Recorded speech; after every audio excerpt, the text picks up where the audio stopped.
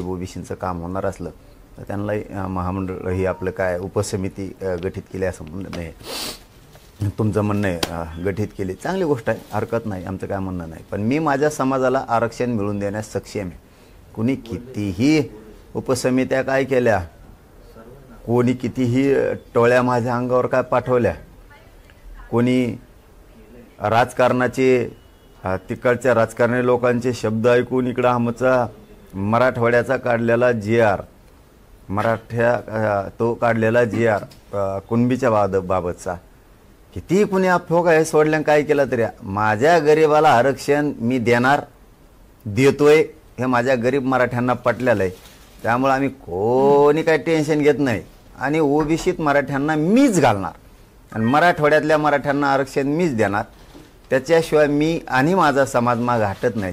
त्यामुळे कोणी किती काय झालं तरी आम्हाला काही फरक पडत नाही त्याचा. आणि माझं याला जोडून म्हणणं आहे, ओबीसी समाजाला जसं तुम्ही उपसमिती गठीत केली, आणखीन एक काम करा राव, तुम्ही या राज्यातल्या सगळ्या 14.5 कोटी जनतेचे तुम्ही मालक आहे. दलित मुस्लिमांसाठी सुद्धा उपसमिती करा ना.